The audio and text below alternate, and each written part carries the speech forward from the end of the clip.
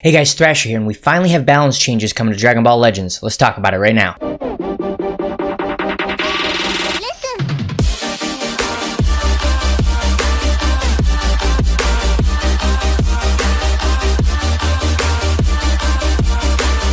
Okay, so first up, before we actually talk about the characters and their balance changes, we should probably talk about a timeline here. When are these coming out? It says in the announcement in the game, as well as one of the announcements down here, that the balance changes are scheduled for late June. It's now mid-June, so anytime in the next 7 to 10 days is probably when we could expect to start seeing those characters. So chances are we'll probably see them late next week into early the week after that. With that being said, it could be up to 2 weeks from now, but I highly doubt that because they're already showing us a few of the characters, and they don't normally string it out that long. Normally what they do is they'll show us new characters over the course of 2 to 3 days, and then a day or two after that they actually bring out the balance changes, which lines up with like 5 days, maybe 6 days from now, which would be the 20th, which is late June. That seems to make sense, somewhere in that area. So now let's talk about the two characters that they've shown off so far, and then talk about other characters that will probably end up here. So first up is the Extreme unit. It is this Extreme Vegeta right here, and if we go up a little bit, we'll see a few things. He's going to get a stat increase. All of these characters should get fairly large stat increases,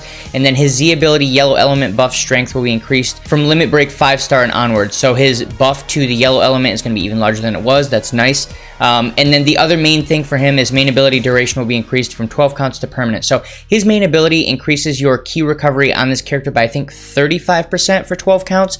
It's now going to increase his key recovery by 35% for the rest of the match, which is pretty huge. He's not a character that's really used at the moment. Obviously, that's why he's getting a balance change. He might actually be usable once this balance change goes through. And this is a character to keep your eye on for the Legends Battle Royal when it comes through, because he's going to have huge stat buffs. He's going to have monster key recovery. He might be a dark horse for that tournament or that event, whatever you want to call it. So keep that in mind. Let's move on to the Sparking character that everyone saw coming. He's the one from the preview that was in the actual tournament, the showdown in Las Vegas. This is the Red Super Saiyan Vegeta. The big issue with Red Super Saiyan Vegeta is his stats were absolute garbage and he just couldn't pump out any damage. They've made sure to address both of those issues right here, and there's more coming. Let's go through them real quick. He's going to get an overall stat buff. With the most recent balance changes, the stat buffs were huge, so I assume he's going to get a pretty large stat buff. And then Z ability buffs Vegeta family from 5-star on. So when you get him to 5-star and beyond that, which most veteran players should have him at least at 5-star, if not 7 stars at this point,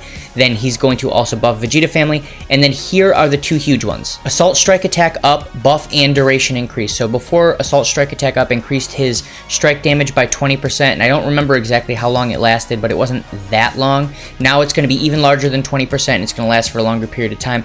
The great thing about this character is that his main ability reduces the cost of strike cards by 15, so you can essentially, with like 15 or 18 key, you can get off 4 Strike Arts cards, which is absolutely insane. You have to sidestep to do that, but even if you don't sidestep, with 20 key you can do 4, which is incredible. And then the other one is new unique ability, Awakened Brutality, buff Strike Arts. So they're really doubling down on the Strike Arts thing. He should be able to pump out a ton of damage once he rolls through. So now let's talk about characters that are not used, that are probably going to show up in these balance changes, and whether or not they're going to mess with the meta at all, move it around. So first up, I think the green buff Trunks is probably going to get an increase. I don't see anyone using him ever. Hybrid Saiyans, it's a pretty specific team if you're going to run it. He's never on it. There's no other team for him to really use right now, so he's probably going to get a buff. I think there's a good chance the Spirit Bomb Goku finally gets a buff, because I don't remember the last time I saw him in PvP. It had to be 5 months ago, 6 months ago. So at this point, he's got to be at the very bottom tier. He's going to get a buff very soon.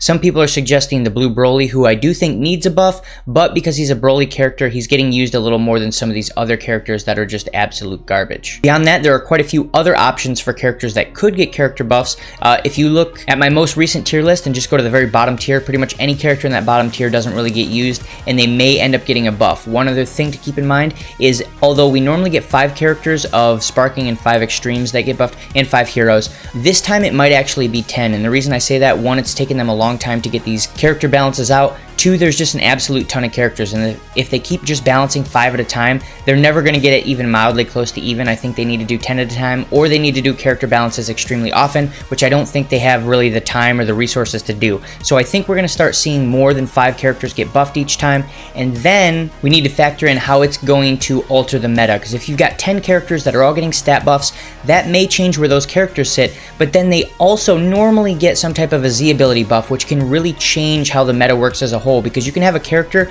that's maybe not absolutely amazing, but if they have an amazing Z ability that buffs a team that was kind of mid-tier before, you could move that team up into possibly the top tiers, maybe even a little bit higher than that into maybe the top team. It really depends on the Z ability, but when you have 10 Z ability buffs coming through, that can really shake up the meta. So another thing we should keep in mind here is that we're going to need a new tier list once these come out. Everyone's been asking me, when is the new tier list coming out? I'm trying to wait for these balance changes, because there's no point in releasing a tier list and then having it be wrong within 48 hours, which is essentially what happened with the most recent tier list, and that's why people are asking for one again.